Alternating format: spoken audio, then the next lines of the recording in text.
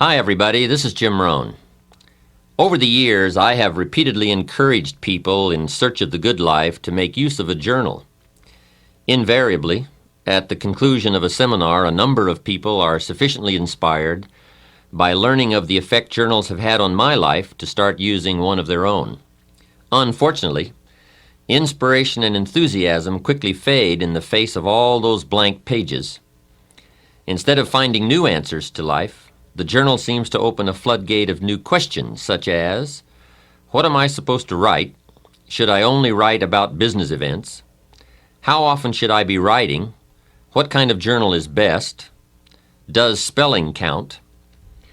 The purpose of these tapes, then, is not only to explore the incredible value of recording your life's experiences, but also to examine the endless uses and methods of keeping a journal. Hopefully, by the conclusion of this program, your questions will have been answered, and you will be confidently embarking on a new adventure in achievement with the vehicle of pen and paper. The first thing to understand about a journal is that it's your book. And because it is yours, you must be the one to select the size and style you feel most suits your needs and personal preferences. Like a favorite armchair, a journal must be comfortable enough that you will want to go to it often. You may, in fact, find yourself experimenting with a variety of journals over the years as your needs and tastes change. During the past 25 years, I'd be willing to bet that I've tried almost every conceivable system of capturing ideas on paper, from loose-leaf binders and file cards to dime store notebooks and hardbound volumes. I've had big journals and little journals, journals with lined pages and journals with blank pages, all of which met a certain need at a certain period in my life. And believe me, you too will undoubtedly go through half a dozen different methods over the years, and that's to be expected. As you continue to grow and develop, you will soon discover that last year's systems won't likely meet this year's needs. You see, one of the keys to success is flexibility. We must always be on the search for more effective methods to facilitate and accommodate new ideas. But let's face it, in the beginning, the only thing that matters is that you develop the journal habit.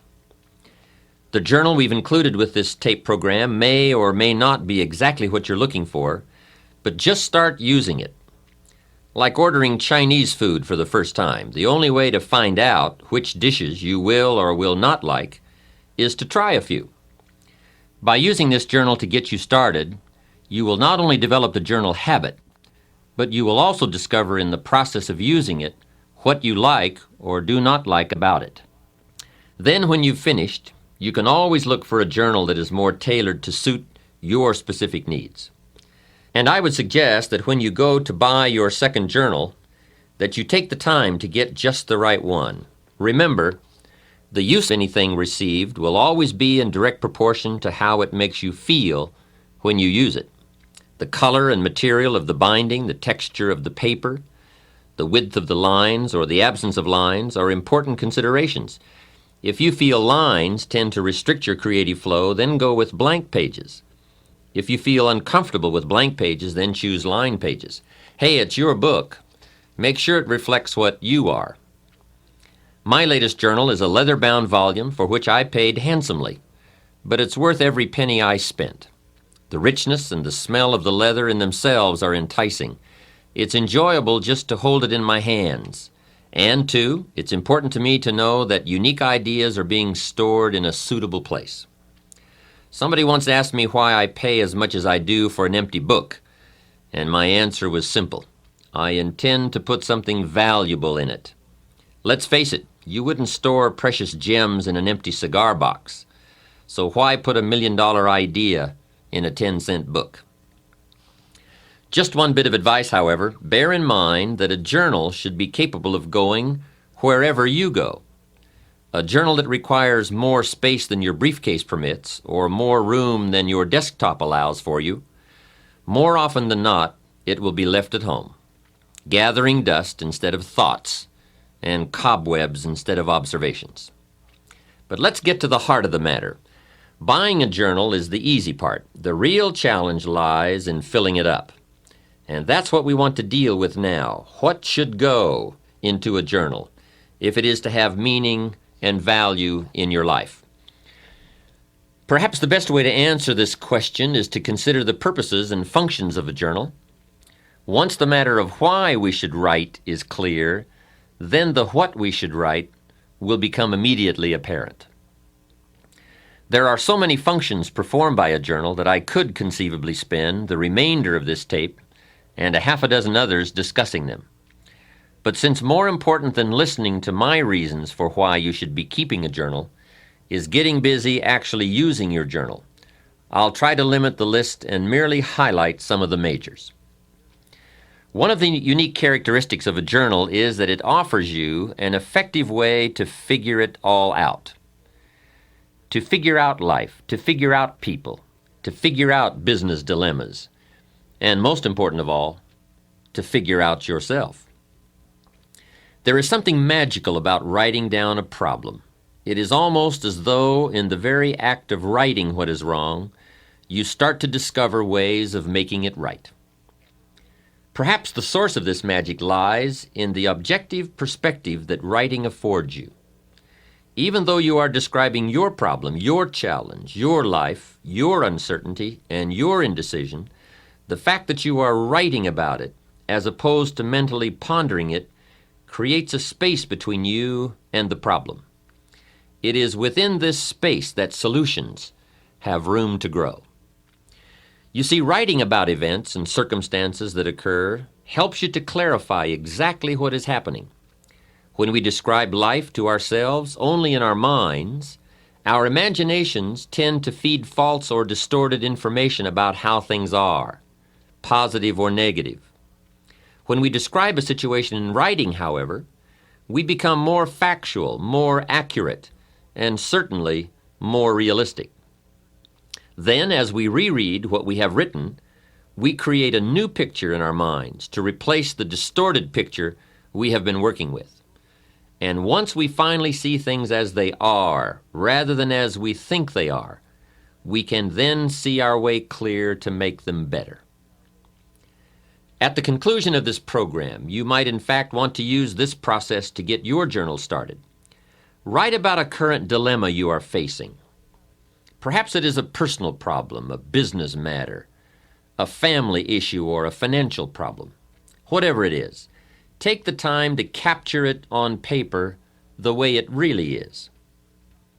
But remember, writing out the problem is only the first step to creative problem solving and effective decision making. The next step is to carefully analyze what you have written. Here are some of the key things to look for. First, exaggerations or distortions of the truth. Are you really telling it like it is? Take another look. Perhaps your concern is making it seem worse than it is, or your enthusiasm is making it seem better than it is. Second, a tendency to blame circumstances or someone else for your problem instead of seeing yourself as the cause.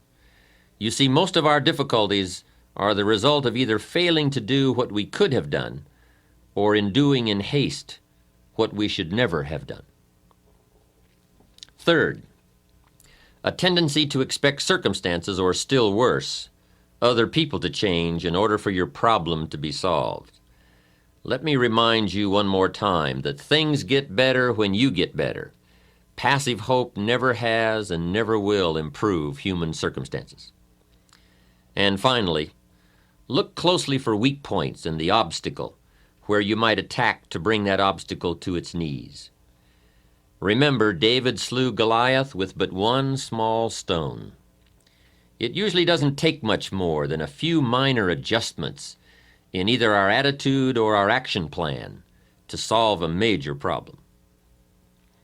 Essentially, you must learn to view your problems like a scientist who puts tiny organisms on a slide. Examine your circumstances through the lens of the microscope of truth to see their real nature, their real perimeters, and their real composition. And two, as you examine your problem, do as any scientist would do. Record your observations. You see, as you continue to refine your statement of the problem, of the way it really is, you will begin to move closer to the solution. And speaking of solutions, be sure to record the ultimate conclusion to your dilemma. If it worked well, then it is worth remembering. And if it didn't work well, as you had hoped it would, then it is even more essential to record the outcome, lest you should find yourself repeating mistakes instead of learning from them. Mistakes in judgment are nothing to be ashamed of. Surely most of our personal growth comes as a result of our errors. But what is truly unforgivable is to make the same mistake twice. Every mistake has its own price tag, but the most costly error anyone can make is an error unlearned and often repeated.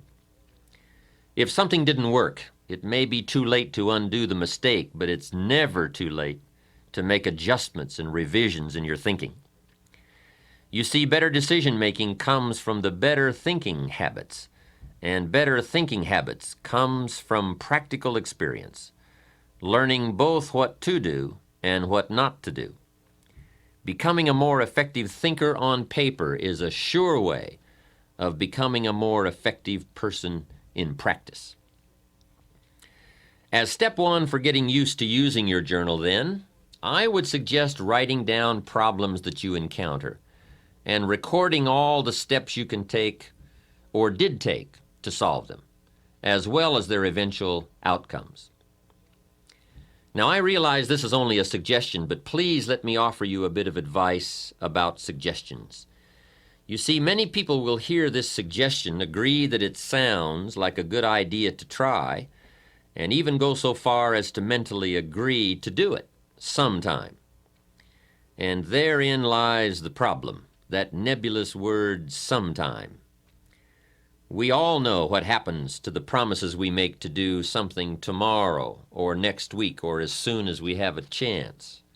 Somehow, we never quite get around to doing it. My advice is that if you think a suggestion has merit and that it's worth trying, that you promise yourself you will do it. Make a firm commitment now at the conclusion of this program. You will have chosen one of my suggestions and that you will not do another thing until you have opened your journal and written at least one page. Otherwise, to be perfectly honest, you might as well stop the tape now and give it and the journal to a friend.